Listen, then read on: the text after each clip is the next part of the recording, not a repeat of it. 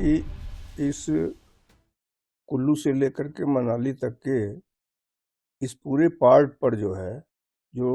नदी का एक जगह नहीं कितनी जगह जैसे डाइवर्जन हो रहा है, तो उसका परिणाम ये हो रहा है कि आ, सड़कें हम बना रहे हैं लेकिन वो पूरी तौर पर कट जा रही है। इसी स्थिति में एनएच के लोगों को भी बैठ करके, प्रशासन के साथ बैठ करके, मान लीजिए उत्तराखंड भी पहाड़ी प्रदेश है, उसकी भी कोई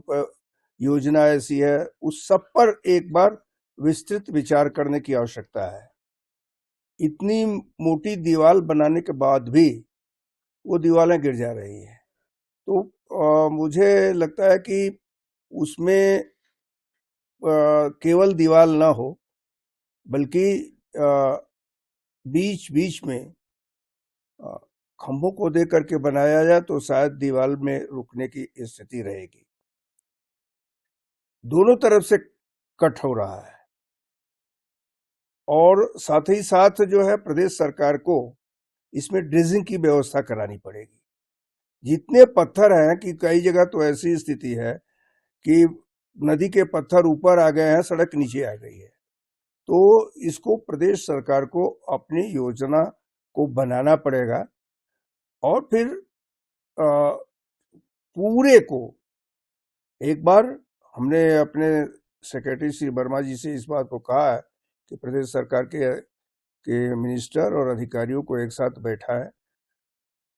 एनएच के लोगों को भी उसमें बुला करके बात करें,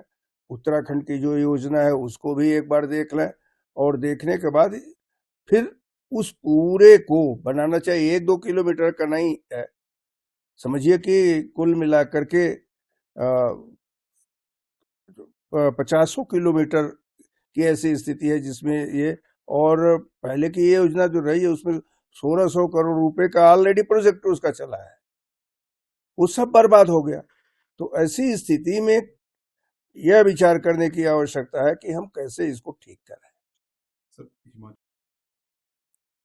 देखिए, इसको लोगों को जोड़ करके ही उसको आप ठीक कर सकोगे। जब सभी लोगों को, आज कल मुख्यमंत्री जी ने शायद यहाँ कहा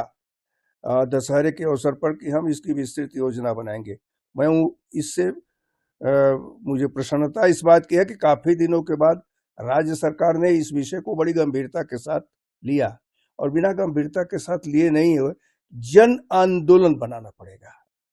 पिछले लगभग 2.5 वर्षों से अधिक हो गए और हम लोग लगे हुए हैं, पंचायतों को बुला करके किया, पंचायतें लगी हुई हैं, खेल खिलाओ नशा भगाओ के कई जगह कार्यक्रम हुए, विद्यालयों के बच्चों को 2-2, 2.5, 3-3 हजार बच्चों का को हम लोगों ने जुलूस निकाल करके उसको किया। प्रधानमंत्री की चिंता इस बात की है कि हिमाचल में इस प्रकार से जो बढ़ा वह कैसे ठीक किया जा सकता है, तो हिमाचल के लोगों को भी उसी प्रकार से लगना पड़ेगा। सरकार को इसे बड़ी गंभीरता के साथ लेना पड़ेगा, तब जाकर के कहीं ये हो जाए। एक जैसे अनेक योजनाएं सरकार चलाती है, उसी प्रकार से जनता के बीच में इस प्रकार से कैसे इसको प्रमोट किया जाए कि नशा नहीं करेंगे, तब जाकर के हिमाचल में नशा रुक पाएगा। स्टेटमेंट के आधार पर बिल्कुल संभव नहीं है।